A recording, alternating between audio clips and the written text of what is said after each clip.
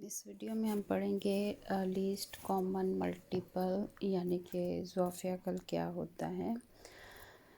कोई से आपको दो नंबर दिए होंगे और वो आपसे पूछेगा लीस्ट कॉमन मल्टीपल निकालें।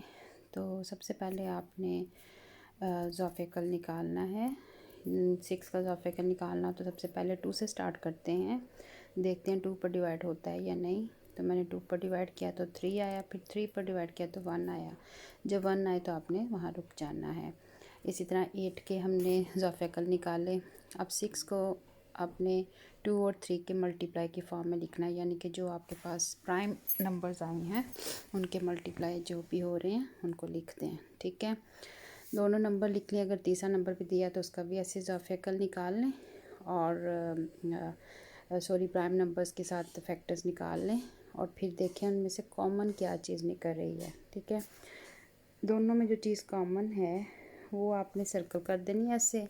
तो लीस्ट कॉमन मल्टीपल ऐसे होता है कि जो चीज़ कॉमन है उसको आपने एक दफ़ा लिखना है और बाकी जितने भी प्राइम फैक्टर्स हैं, प्राइम नंबर्स हैं, उन सबको आपस में मल्टीप्लाई कर देना। लेकिन जो रिपीट हो रहे हैं यानी कि जो डबल आ रहे हैं उसको एक दफ़ा लिखना है। जैसे आप देख सकते हैं कि 2 यहाँ पर 2 दफ़ा आ रहा है, तो मैं इस 2 को एक दफ़ा लिखूँगी, फिर 2 और फिर 3 लिख दूँगी। ठीक है, तो लीस्ट कॉमन मल्टीप्लाई आप इस तरीके से निकालते हैं। बहुत इजी तरीका है। हाईएस्ट कॉमन फैक्टर में ये करते हैं कि सारे कॉमन फैक्टर्स को मल्टीप्लाई आपस में कर देते हैं, और एलसीएम में क्या करते हैं कि सब नंबर्स को आपस में मल्टीप्लाई कर देना है। जो भी आपके पास नंबर आते हैं उन सब नंबर्स को आपने मल्टीप्लाई कर देना है। ठीक है, और जो आपके पास नंबर कॉमन है उसको एक दफ़ा लिखना है। ठीक है, ये लीस्ट कॉमन मल्टीपल की डेफिनेशन है। तो जब आप इसको मल्टीप्लाई करेंगे तो ये आपके पास एलसीएम आ जाएगा। हो सकता है आपको 2-3 नंबर दे दे, बड़े बड़े नंबर दे दे, तो सारों में यही तरीक़ेकार यूज़ होना है। ये तरीक़ेकार छोटे से एग्जांपल से याद रखें, फिर आप बड़े बड़े क्वेश्चन भी आराम से कर सकते हैं। फॉर एग्ज़ाम्पल अब हम थोड़ा सा बड़ा नंबर ले लेते हैं, 36 ले लेती हूँ, 48 ले लेती हूँ और 96 ले लें या 84 ले लें। ठीक है, ये 3 नंबर हैं, तीनों के मैं ज़ोफ़ियाकल आपके सामने ऐसे निकालूंगी।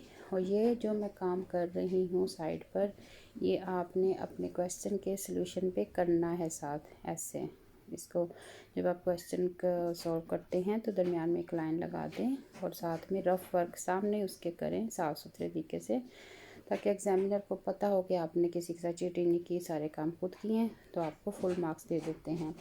हो सकता है कोई बच्चा सिर्फ ये ज़ोफ़ियाकल निकाले और टाइम ख़त्म हो जाता है। ठीक है, तो आपकी ये ज़ोफ़ियाकल निकालने की वजह से आपको वो 2 मार्क्स दे देगा या 3 दे देगा कि इस बच्चे ने कोशिश तो की और जो क्वेश्चन किया उसको सही तरफ जा रहा था।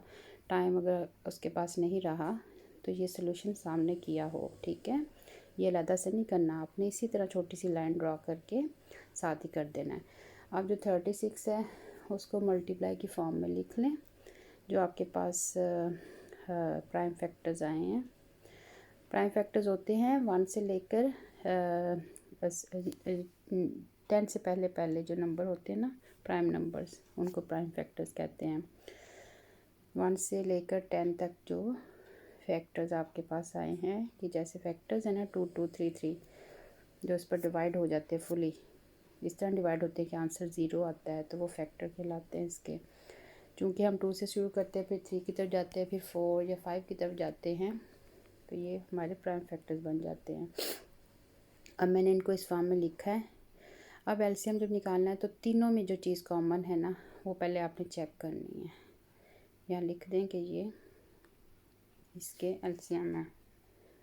तीनों में जो कॉमन है वो देखें 2 2 है, फिर फर्दर कॉमन देखें 2 2 है, 3 देखें सब में कॉमन है, अब बाकी कुछ भी कॉमन नहीं है। तो जो चीज़ें कॉमन है उसको एक दफ़ा लिखना है आपने,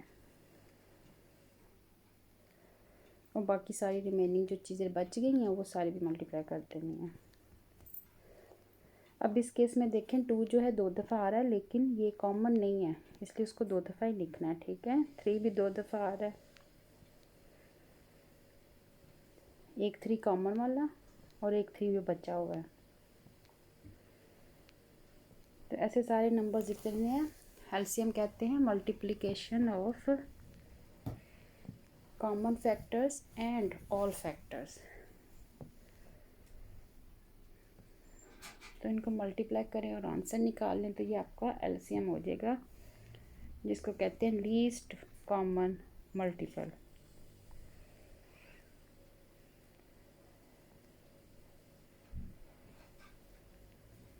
अब देखिए मैं इसको मल्टीप्लाई भी कर रही हूँ, तो एक रफ सा जो मैंने पेज बनाया हुआ सेक्शन, उसके अंदर ही मैं उसको देख के मल्टीप्लाई कर रही हूँ। तो ये आपके पास एलसीएम आ गया।